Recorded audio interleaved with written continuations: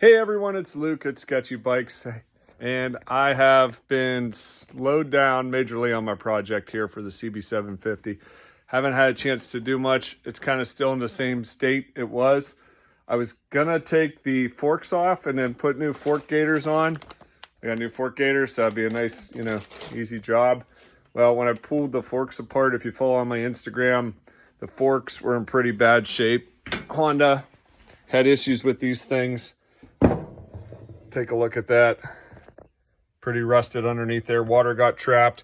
My fork seals were in super bad shape.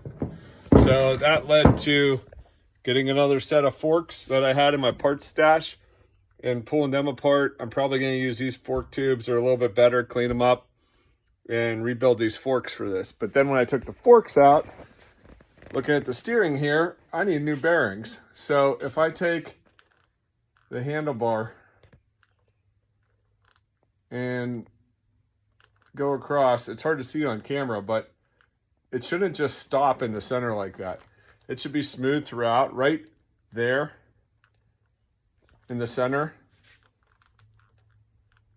there's a loose spot or flat spot in the bearings where it catches. So I'm gonna have to take this out. I'm gonna get some tapered roller bearings, knock the bearings out of there, knock the races out, and replace that with tapered rollers.